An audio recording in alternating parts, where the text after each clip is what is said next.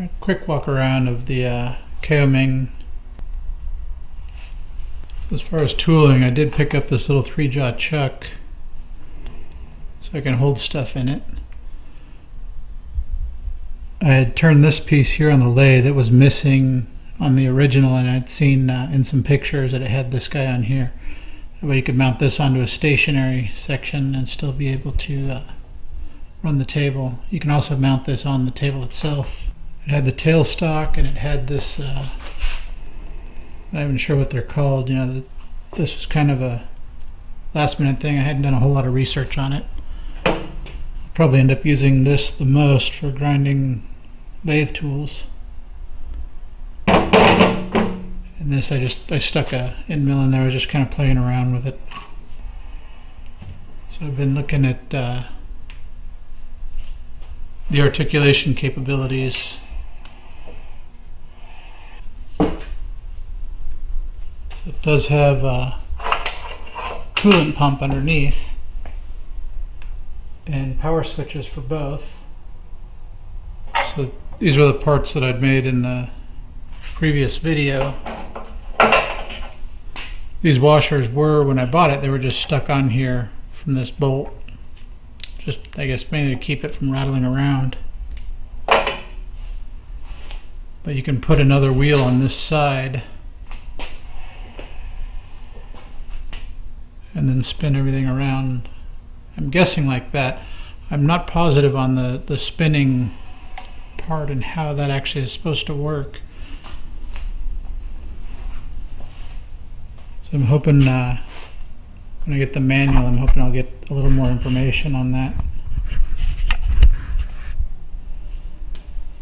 So here there is a keyed slot. I pulled the key out. Like I said, I was hoping I'd find a little more information about it once the manual gets here and how this key is actually supposed to work.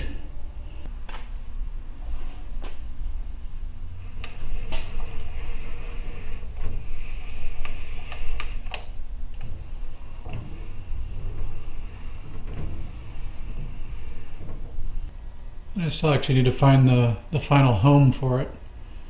Right now it's just sort of sitting in the middle of the garage here. A quick look, this is actually the first time I've opened this up for more than a few seconds just to look at, see what was in there.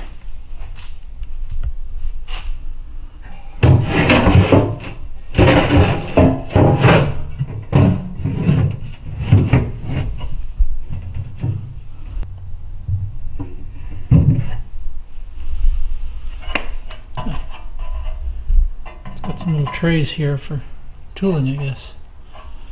That's good.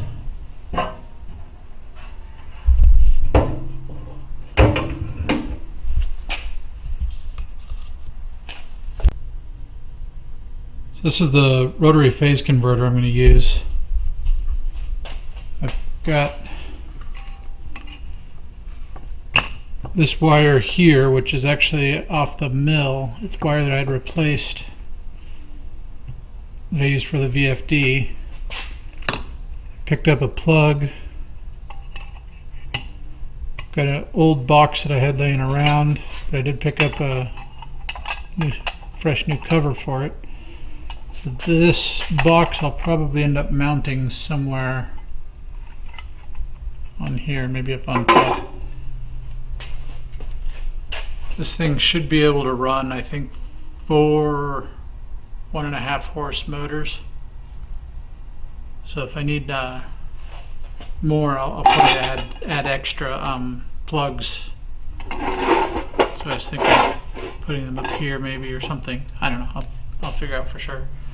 I haven't taken this cover off, so I don't know actually what's directly behind here, but I'm sure all the capacitors and everything are in there.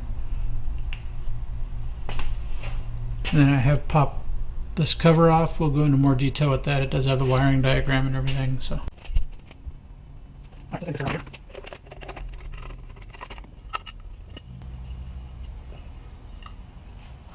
Alright, so in here it does have basic wiring diagram. Connect single phase line to L1 and L2 only. Connect 3-phase output to T3 only. Alright, so currently this would be the T3, so these two would be my inputs, and then these three would be my outputs. This is together for that, and this is set up for the 220 volts. Double check the motor plate and make sure that it's a 220 volt motor, and then I can start moving forward on that.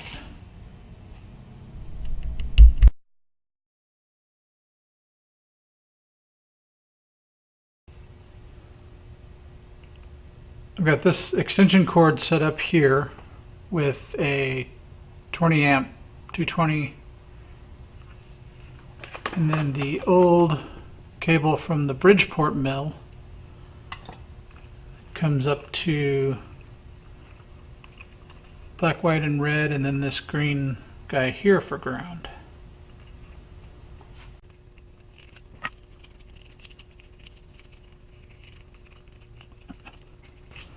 I'm not going to shrink that until I know that everything's flowing the right direction. So this white label will go to the two white wires here. The red goes to T3, which is the third leg, and then black goes to the two blacks and the blue L1.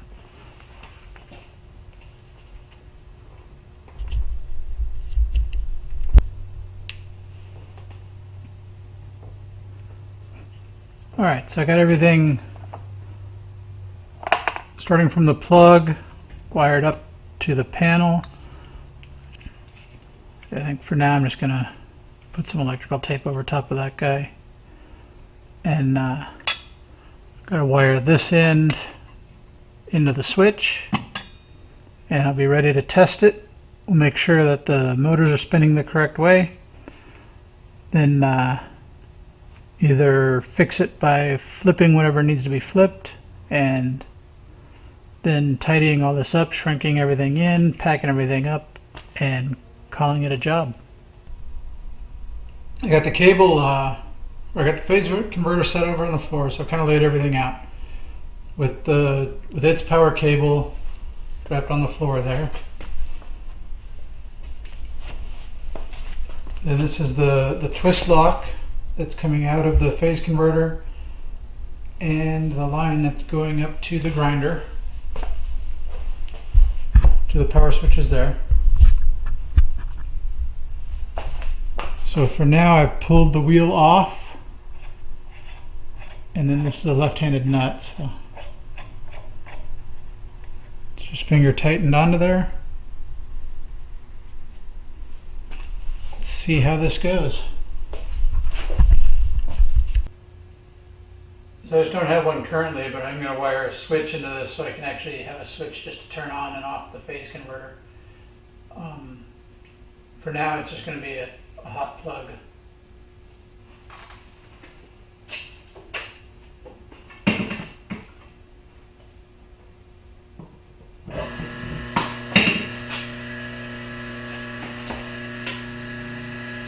It's alive. At least I got something right. Alright, I'm going to go ahead and unplug it. Then I'll plug the twist lock in, and we'll see if we can make this thing work. See if this thing spins.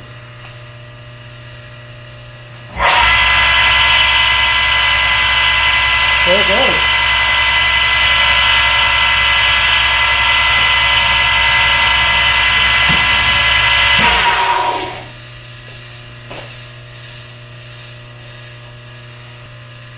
I think it's spinning the wrong way.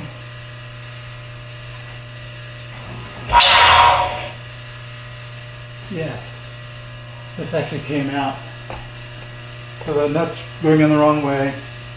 So yeah, it's spinning the wrong way, so I'm going to have to reverse one of the wires.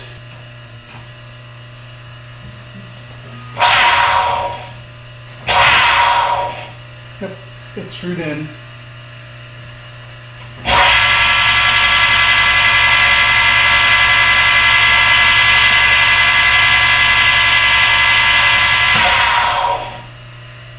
Seems to run pretty well. Try putting this in. Alright.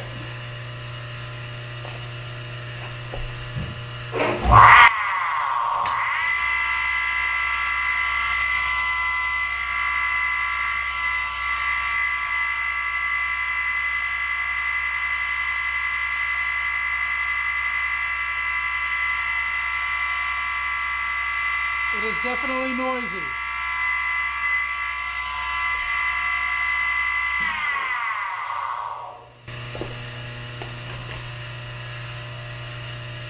This is definitely going to be a hearing protection required, but it's spinning. It's running. I don't have anything set up right now, but I can maybe I can find some high-speed steel. I'll set up a piece and maybe do some quick grinding, see what it does.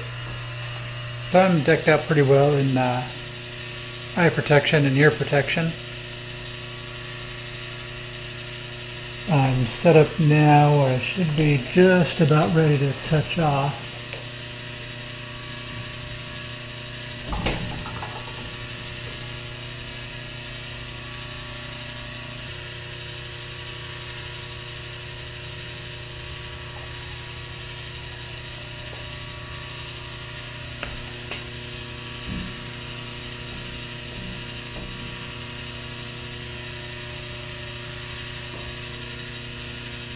All right, well, see what happens here.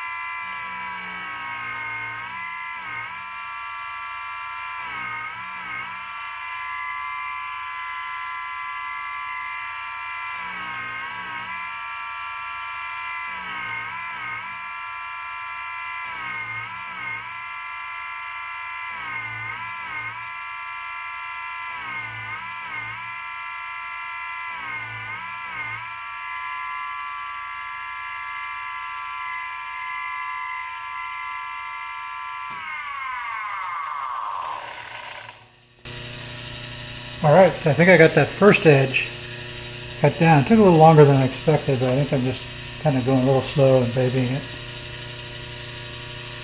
Not warm at all, but I think it is glassed over a little bit.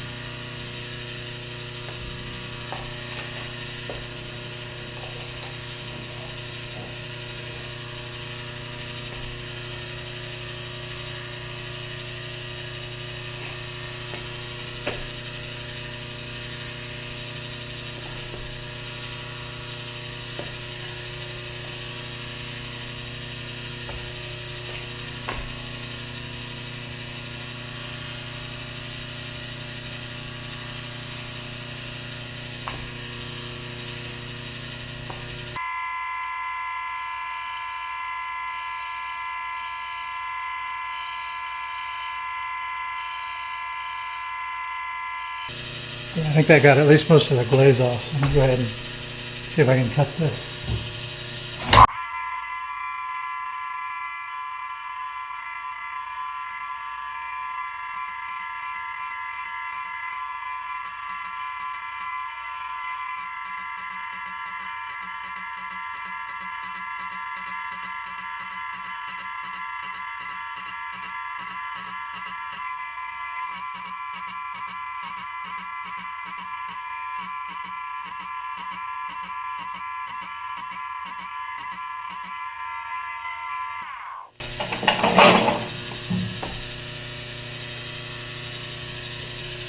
Alright, so I still need to cut the relief in this guy here. Already starting to look like a lathe bit. It's nice and sharp.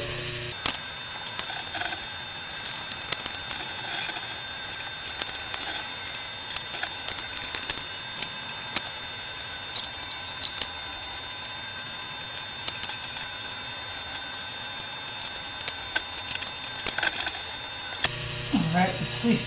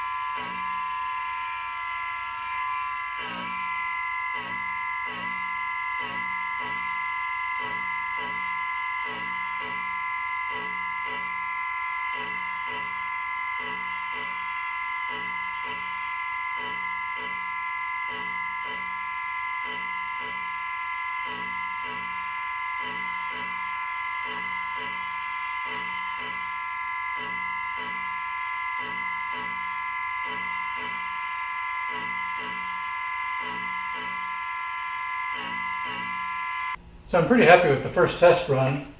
You know, we got the wheel on here. I was able to cut a bit. All of the pieces run fairly smooth. I have to be careful cranking this because there's a tight corner right here. I don't know if you noticed it, but every once in a while I could pinch my finger while cranking on this guy. So I gotta be careful with how I do that. And I've got another wheel. I've got a green wheel for doing carbide that's still coming. That'll go on this side. I've got a whole bunch of the brazed carbide tool bits that have random grinds on them that I got in some random eBay auction. It'll be good for cleaning those up and making them into, you know, whatever I need them to be. There's still quite a bit of adjustment. Hopefully the book, the manual that I ordered should actually have some information, and I can figure out, you know, how all of these different tweaks and how I can move everything around and get everything into a position that I like it. But as it is, it's going to be a useful tool. It's a great learning experience. Another one of those sort of, you know, forgotten arts. These days, you know, if a tool goes bad, normally you just go throw it out, buy a new one. It's part of the disposable society we live in. Hopefully this will give me some more use out of stuff that I may not have kept around. Until next time, I made that.